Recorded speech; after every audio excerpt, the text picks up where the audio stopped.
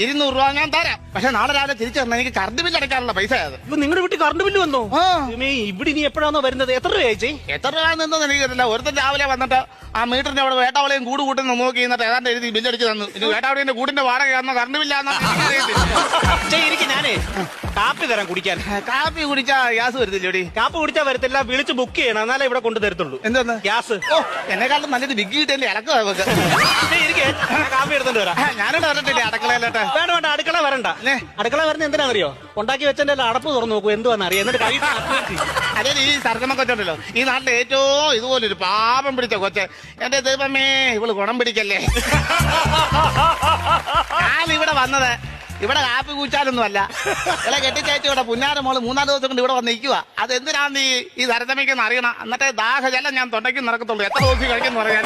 എന്റെ പൊന്നിമാരെ, അയ്യപ്പോ അയ്യപ്പനെ, ഓ നിരിക്കട്ടെ ദൈവമേ. ഓ, ഇവളമ്മമാരെക്കാട്ടിലും ഇളക്കം വന്നിട്ടുണ്ട് ഇവരുടെ വീട്ടിലെ കസാരക്ക്.